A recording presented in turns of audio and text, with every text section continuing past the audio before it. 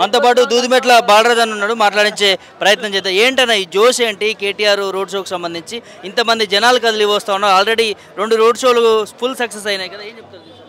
2 ఏళ్ల కాంగ్రెస్ పార్టీ పరిపాలనకు BRS party జోష్కు కారణం. 2 ఏళ్ల కాలంలో కూలగొట్టిన గుడిసెలకు పేదోళ్ళ గుడిసెలు కూలగొట్టింది కదా, దానికి కారణం ఇవాళ ఈ జోష్కు కారణం. ఇవాళ 420 హామీలు ఇచ్చి ముసలోళ్ళ పింఛను ఎగ్గొట్టినందుకు బీఆర్ఎస్ పార్టీ జోష్ కారణం. ఇవాళ రైతులకు రుణమాఫీ చేస్తామని చెప్పి ఎగ్గొట్టినందుకు ఇవాళ ఏర్పడుతున్న బీఆర్ఎస్ జోషికి కారణం. అదేవిధంగా తులం బంగారం ఇస్తామని చెప్పేసి డోకా చేసినందుకు ఇవాళ బీఆర్ఎస్ పార్టీ జోషి కారణం. ఇవాళ 2 లక్షల ఉద్యోగాలు ఇస్తామని చెప్పేసి డోకా చేసినందుకు ఇవాళ బీఆర్ఎస్ పార్టీ జోషి కారణం. అనేక రకాల హామీల విఫలాలు, ఇవాళ కాంగ్రెస్ పార్టీ చేసిన మోసాలు, ఏదైనా ఈ మోసాలు 1 కాదు 2 కాదు. కాబట్టి ఆ మోసాలను భరించలేక పేద ప్రజలు, ఇవాళ హైదరాబాద్ ప్రజలు బీఆర్ఎస్ పార్టీ వస్తే బాగుంటుందనే ఆలోచనతో పెద్ద ఎత్తున తరలి వస్తూ ఉన్నారు. కేటీఆర్ గారి స్పీచెస్ కావచ్చు, కేటీఆర్ గారి రోడ్ షోకి కావచ్చు, తరలి వస్తున్న ఈ జోషు రేపు భవిష్యత్ పునాదికి బీఆర్ఎస్ పార్టీ గెలుపుకు నాంది. రేవంత్ రెడ్డి స్పీచ్ చూశారు, సో దాన్ని ఎట్లా చూస్తారు మీరు? దాని మీద మీకు రేవంత్ రెడ్డి గారి స్పీచ్ మొదటి నుంచి గట్టినే ఉంది కదా. ఎవరెవరు ప్రధానమంత్రి చేస్తున్నారు, ఎవరెవరు ఇండియన్ కెప్టెన్ చేస్తూ ఉన్నారు, ఎవరినెవరు ఇండియా కప్ తీసుకొచ్చి మాట్లాడుతూ ఉన్నాడు. రకరకాల మాటలు ఉన్నాయి. రేవంత్ రెడ్డి గారి మాటలు నీటి మీద మూటలు అయిపోయినాయి. ఇవాళ ప్రజలకు ఇచ్చిన మాటలు అట్నే అయినాయి, రేవంత్ రెడ్డి మాటలు అట్నే అయినాయి. ఇవాళ 100% బీఆర్ఎస్ పార్టీ గెలుపు కారు గుర్తు పైన ఓటేసి ఇవాళ జూబ్లీహిల్స్ పై గెలిపిస్తారనే నమ్మకంతో ఇలా అనేక రోజులుగా పనిచేస్తూ ఉన్నాం. ఆ క్రమంలో మా పార్టీ వర్కింగ్ కేటీఆర్ గారు ఈరోజు పనిచేస్తున్న తీరు, వారి యొక్క రెస్పాన్స్, రోడ్ షోకి వస్తున్న రెస్పాన్స్, ఇవన్నీ కూడా డెఫినెట్గా మంచి ఫలితాలు, గతంలో వచ్చిన ఫలితాల కంటే మంచి ఫలితాలు వస్తాయని మేము భావిస్తా ఉన్నాం. పార్టీ నేతలని బిల్లా రంగాలంటూ కూడా కొంత వ్యతిరేకంగా మాట్లాడినారు, దీన్ని ఎట్లా చూస్తారు?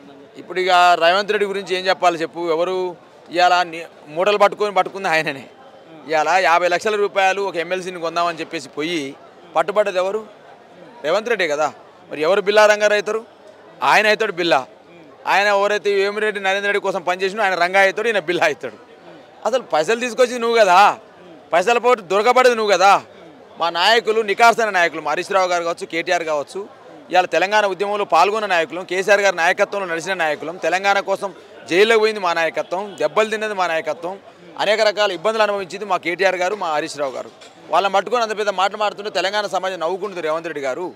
ఇలా బిల్లా అయినా నువ్వే, రంగా అయినా నువ్వే, కాంగ్రెస్ పార్టీలో నువ్వే ఉన్నావు, నువ్వే మాట్లాడుతూ ఉన్నావు. సంతోషం. ఇలా ఏం మాట్లాడుతున్నావు, ఏమి వింటున్నారో జనాలు వింటూ ఉన్నారు. 100% ప్రజలే న్యాయ నిర్ణేతలు. ముఖ్యమంత్రి హోదాలో ఉండి బీఆర్ఎస్ పార్టీకి ఓటేస్తే పథకాలు బంద్ అవుతాయి అనే విధంగా వారు మాట్లాడారు, దీన్ని ఎట్లా చూస్తారు? బీఆర్ఎస్ పార్టీ ఆయన బంద్ అయితే ఫస్ట్, ఆయన ముఖ్యమంత్రి బంద్ అయ్యే అవకాశం ఉంది. దయచేసి ఈ మాటలు బంద్ పెట్టు ఫస్ట్. నువ్వు ఈ ముఖ్యమంత్రి పీఠం పోతుంది. డెఫినెట్గా ప్రజల ముందు నువ్వు పలసన అయిపోయినావు. ఇవాళ నువ్వు వచ్చే పరిస్థితి లేదు. ఇవాళ నేను అడుగుతా ఉన్నాను, ఏ మోకం పెట్టుకొని నీకు ఓటేయాలంటున్నాను. కాంగ్రెస్ పార్టీకి ఎందుకు ఓటేయాలి? ఇలా 2 సంవత్సరాల కాలంలో అనేక రకాల హామీలు ఇచ్చినావు, హామీలన్నీ మర్చిపోయినావు, హామీలు ఇవాళ తుంగలో తొక్కినావు. ఇవాళ అడిగితే కేసు, మాట్లాడితే కేసు, ప్రశ్నిస్తే నిర్బంధము. ఇలా సోషల్ మీడియా కార్యకర్తలపైన, బీఆర్ఎస్ పార్టీ నాయకులపైన ఏం చేస్తా ఉన్నావు నువ్వు? కాబట్టి ఇవాళ ఆలీబాబా అరడజన్ దొంగల్లాగా తయారైంది కాంగ్రెస్ పార్టీ నాయకత్వం. ఇవాళ మంత్రులు ఒక తీరు, ఈయన ఒక తీరు, పార్టీ ఒక తీరు, ఇక ఆగమాగం అగమ్య గోచరంగా ఉంది. పాపం క్యాండిడేట్ ఏమో ఇవాళ తలకాయ పడుకునే పరిస్థితికి వచ్చింది ఇక్కడ. దయచేసి రేవంత్ రెడ్డి గురించి మాట్లాడి తక్కువ మాట్లాడితే అంత మంచిది. అంటే ఇంకో అంశం, అభివృద్ధి విషయంలో కూడా మాట్లాడిండు కేటీఆర్. ఇక్కడ మున్సిపల్ శాఖ మంత్రిగా ఉండి ఈ జూబ్లీహిల్స్కి ఏం చేసిండు, ఏం మొహం పెట్టుకుని ఓట్లు అడుగుతున్నారు అంటున్నారు. దుర్గంచేరు బ్రిడ్జిని అడుగు చెప్తుంది కేసీఆర్ ఏం చేసిండో, కేటీఆర్ ఏం చేసిండు. కుకటపల్లి చౌరాస్తాని అడుగు కేటీఆర్ ఏం చేసిండో, కేసీఆర్ ఏం చేసిండు. షేక్పేట ఫ్లైఓవర్ని అడుగు ఏం చేసిండో అడుగుతుంది. అదేవిధంగా మల్కంపేట చెరువు ఉంది కదా, ఆ చెరువుని అడుగు కేటీఆర్ ఏం చేసిండు. ఇవాళ షాదీ ముబారక్ని అడుగు, ముస్లిం మసీదులు షాదీ ముబారక్ అడుగు ఏం చేసిండో కేసీఆర్ చెప్తుంది, కేటీఆర్ చెప్తుంది.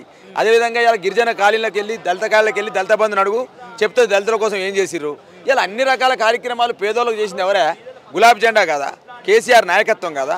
కేటీఆర్గా ఆ రోజు పురపాలక శాఖ ఐటీ మినిస్టర్గా ఈ హైదరాబాద్ ప్రాంతంలో ఎన్ని రకాల కార్యక్రమాలు అమలు చేసినాం మేము. ఇవాళ ఎన్ని రకాల కార్యక్రమాలు చేసినాము. ఇవాళ ఈ జూబ్లీహిల్స్ డివిజన్లో ఉన్నటువంటి సుమారు బోరాబండలు కావచ్చు, షేక్పేటలో కావచ్చు, మిగతా కాలనీలో కావచ్చు, మేము ఇచ్చిన డబుల్ బెడ్రూమ్ ఇళ్ళని అడిగితే చెప్తుంది కేటీఆర్ ఏం చేసిండో.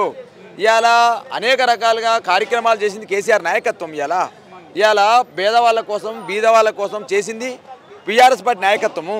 ఇవాళ 20,000 లీటర్ల ఉచిత పథకాన్ని ఇచ్చింది ఎవరు? కేసీఆర్ నాయకత్వం కాదా, కేటీఆర్ నాయకత్వం కాదా? ఇవాళ శాంతి భద్రత ఎట్లుండే, గతంలో ఎట్లుండే, ఇవాళ ఎట్లా ఉన్నది పరిస్థితి?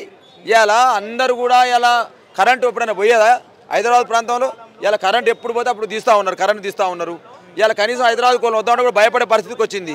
నేరాలు పెరిగినాయి, ఘోరాలు అవుతా ఉన్నాయి, హత్యలు పెరుగుతూ ఉన్నాయి, అన్ని రకాల మహిళల మీద వేధింపులు జరుగుతూ ఉన్నాయి.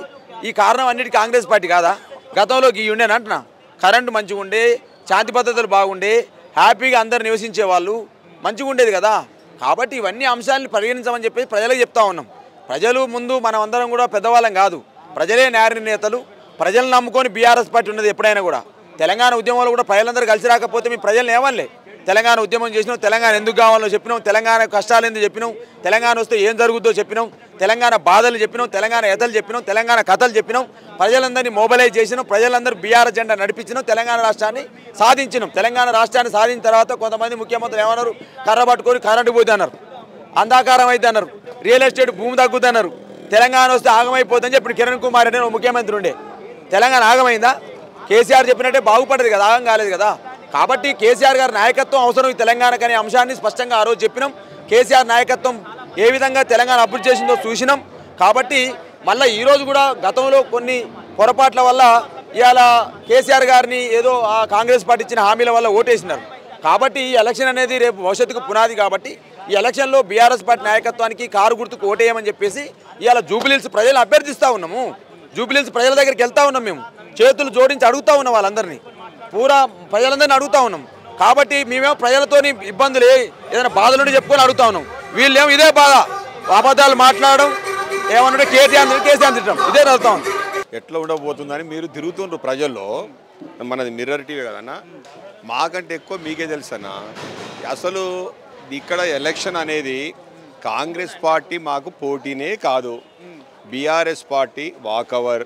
ఇక్కడ ఏ ఇంటికి పోయినా, ఏ గడపకు పోయినా గత 10 రోజుల నుంచి నేను పార్టీ మీద అభిమానంతో తిరుగుతూ ఉంటే, అమ్మ మీరు ఎందుకు వస్తున్నారు, అవసరం లేదు, మాకు కేసీఆర్ కావాలి, కారు కావాలి. కేసీఆర్ గారు లేని ప్రభుత్వాన్ని 2.5 సంవత్సరాల్లో మేము చూసినాము. మేము ఈ అందరం ప్రజలందరం కూడా, ఈ రాష్ట్ర ప్రజలంతా నష్టపోయినారు. ఏ అయితే దొంగ హామీలు, దొంగ మాటలు చెప్పి ప్రజలకు ఆశ పెట్టి ఎన్నో స్కీమ్స్ చెప్పి ఆ స్కీమ్స్ అమలు చేయకుండా ఈరోజు మళ్ళీ వచ్చి ఎలక్షన్లు అడుగుతున్నారు. వాళ్ళకి సిగ్గుండాలి. మేము ఎట్టి పరిస్థితుల్లో కారుకే ఓటేస్తామని చెప్పడం జరిగింది. మీరు కూడా గమనిస్తున్నారు కదన్నా, వాళ్ళు ఓడిపోతారనే భయముతోటే ముస్లిమ్స్ మీద ఈరోజు ప్రేమ కలిగిందే. ఏ ముస్లిం సోదరుడి దగ్గరికి పోయినా, ఎక్కడికి పోయినా కూడా మేము మీకు అయ్యాము, మాకు కేసీఆరే కావాలి, మా కేసీఆర్ సార్కి వేస్తామని చెప్పి భయపడి అజారుద్దీన్ గారికి మంత్రి పదవి ఇప్పుడు ఇచ్చినంటే, ఇన్ని రోజులు ఇవ్వనటువంటి మంత్రి పదవి ఈరోజు ముస్లిమ్స్ గుర్తొచ్చినరా, ముస్లిమ్స్ తిరగబడుతున్నారని ఇక్కడ ఓటేయమని చెప్పి భయపడిచ్చారు. అయినా కూడా ప్రజలు బీఆర్ఎస్ వైపు, హిందువులు, ముస్లిమ్స్, క్రిస్టియన్స్ అందరూ కూడా ఏకపక్షంగా కేసీఆర్కి కావాలంటున్నారు. మేము బ్రహ్మాండమైనటువంటి మెజార్టీతోటి జూబ్లీ ఎలక్షన్స్, ఎమ్మెల్యే ఎలక్షన్స్ గెలుస్తున్నాం, గెలిచి తీరుతాం. బీఆర్ఎస్ పార్టీకి ఓటేస్తే అభివృద్ధిని మీరు కోల్పోతారు అన్నట్టుగా వారు మాట్లాడుతూ ఉన్నారు. ఓకే, బీఆర్ఎస్ పార్టీకి ఓటేస్తే అభివృద్ధి కోల్పోతారని ఈ రాష్ట్ర ముఖ్యమంత్రి చెప్తుండు.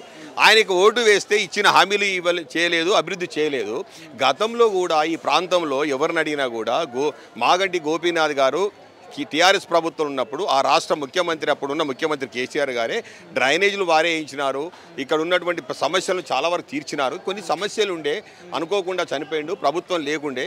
మరి 2.5 సంవత్సరాలు వచ్చింది కదా వారి ప్రభుత్వం వచ్చి, ఏ ఒక్క అభివృద్ధి కార్యక్రమం జరిగిందా? ఇక్కడ జరగలేదు. గతంలో గోపీనాథ్ గారు ఉన్నప్పుడు, మరి టీఆర్ఎస్ పార్టీ అధికారం ఉన్నప్పుడు మాత్రమే అభివృద్ధి జరిగింది. ప్రజలందరికీ తెలుసు. ఇది ఎన్ని చెప్పినా ఈరోజు వస్తుండే ముఖ్యమంత్రి, ఇవాళ హరీష్ రావు గారు, కేటీఆర్ గారు ఈరోజు వస్తుండే, ఎప్పుడైనా వచ్చిరని. మా కేటీఆర్ గారు కరోనా పీరియడ్లో అందరూ దాచుకొని పండుకుంటే, మా కేటీఆర్ గారు అప్పుడున్నటువంటి ఇక్కడ జిహెచ్ఎంసీ అధ్యక్షులతో అందరితోటి ప్రతి గల్లీ తిరుగుతుంటూ కరోనాలో అందరినీ కాపాడినటువంటి మహావ్యక్తి కేటీఆర్ అని చెప్తూ ఉన్నారు. ఇక్కడ డ్రైనేజ్ సిస్టమ్ చెప్తున్నారు. వరదలు వచ్చి పోతున్నప్పుడు ఒక్కొక్క ఇంటికి 10,000 రూపాయలు తీసుకొచ్చి మరి మా కేటీఆర్ గారు, కేసీఆర్ గారు, హరీష్ రావు గారు ఇచ్చినారని చెప్తున్నారు. మేము చూస్తూ ఉంటే అసలు మీ ఊహించడం కంటే ఎక్కువ సేవ చేసిన రా వీళ్ళు అనేటువంటి ఇది ఉంది. తప్పకుండా ఏ ఒక్క రోజు కూడా తొంగి చూడలేదు కేటీఆర్ ఇక్కడ అంటున్నారు. ఏ ఒక్క రోజు తొంగి చూడలేదు కేసీఆర్ వీరు అంటున్నారు. రేవంత్ రెడ్డి అసలు ఆయన ఎప్పుడు వచ్చిండు? ఆయన మంత్రుల మీద నమ్మకం లేక, ఆయన వేసినటువంటి ఇన్ఛార్జీల మీద నమ్మకం లేక, వీళ్ళందరూ కూడా కాంగ్రెస్ మరి బీఆర్ఎస్ పార్టీకి ఏమంటారు అయిందని డౌట్ వచ్చి ఆయన తమ్ముళ్ళు వాళ్ళు తిరుగుతారు ఇప్పుడు వచ్చి. అట్లా మా నాయకులు ఏంలే, మా కేసీఆర్ గారు రావట్లేరే. ఇక్కడ జరుగుతున్నటువంటి ఎలక్షన్ న్యాయానికి, అన్యాయానికి, అధర్మానికి, ధర్మానికి, నీతికి, నిజాయితీకి, అభివృద్ధికి ఇక్కడ ఓటు జరుగుతుంది. తెలుస్తుంది వాళ్లకు. ఈ ఎన్నికతోటి రాష్ట్రం మొత్తంలో కూడా మార్పు వస్తుంది. ఈ రాష్ట్ర ప్రజలందరూ ఎదురు చూస్తున్నారు. ఈ ఎలక్షన్లో వారికి బుద్ధి చెప్తాం. వాళ్ళు ఎందుకంటే కాంగ్రెస్ పార్టీ దొంగ మాటలు దొంగ హామీలు ఇచ్చింది కాబట్టి నాడు ప్రజలు తిరగబడ్డారు. హామీలు నెరవేర్చలేదు కాబట్టి ఆడ ఓటమి పాలైందని రాష్ట్రం అంతా కూడా ఎదురు చూసే రోజు వచ్చింది. తప్పకుండా మేము బీఆర్ఎస్ పార్టీ విజయం సాధిస్తున్నాం.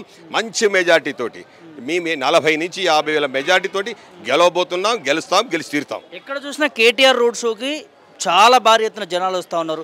మొన్న షేక్పేటలో చూస్తాము, నిన్న రైమత్నాలో చూస్తాము, ఇవాళ యూసఫ్గూడలో కూడా చూస్తూ ఉన్నాం. సో ఎట్లా కూడా వచ్చింది? మేము ఉట్టిగానే పేపర్లో చూస్తున్నారు, టీవీలలో చూస్తున్నారు, చూసి కేటీఆర్ గారి ప్రోగ్రాం ఇక్కడ ఉన్నది యూసుఫ్గూడలా షేక్పేటలో తెలిస్తే చాలు. అన్న ఇలా కేటీఆర్ గారి మీటింగ్ ఉందట అని ఇప్పుడు చూడండి. మీరు మీ ఎవరికి చెప్పని కూడా చెప్పలే. మీటింగ్ ఉందని చూడగానే విపరీతంగా మేము పోయి ఇట్లా మందలిస్తే చాలు అందరూ వచ్చినారు. పాప 4 నుంచి కూర్చున్నారు జనాలు, వేలాది మంది, దాదాపు 15 నుంచి 20 వేల మంది పట్టు సరిపోయినటువంటి పరిస్థితి. స్వచ్ఛందంగా పాప ఇక్కడ వ్యాపారస్తులు కూడా పార్టీకి మద్దతు తెలుపుతూ ఈరోజు కేటీఆర్ గారికి మనం అవకాశం ఇవ్వాలి, వారు చెప్పే మాటలు వినాలి అని చెప్పి ప్రజలందరూ కూడా మద్దతు పలుకుతున్నటువంటి పరిస్థితి. స్వచ్ఛందంగా ఇళ్లకు తాళాలేసి ఏ ఇంటికి పోయి కూడా మీరు చూడండి, కేటీఆర్ గారు ప్రసంగించేటప్పుడు మీరు మీటింగ్లో ఉండడం కాదు బ్రదర్, మీరు పోయి చూడండి, ప్రతి ఇంటికి తాళాలేసి అందరూ కూడా వచ్చి స్పీచ్ మీటింగ్ వినాలన్నటువంటి ఆతృత ఉన్నారు. మాకు బ్రహ్మాండమైనటువంటి రోజు వచ్చింది. మేము గెలుస్తాం, గెలిచి తీరుతాం. Thank you.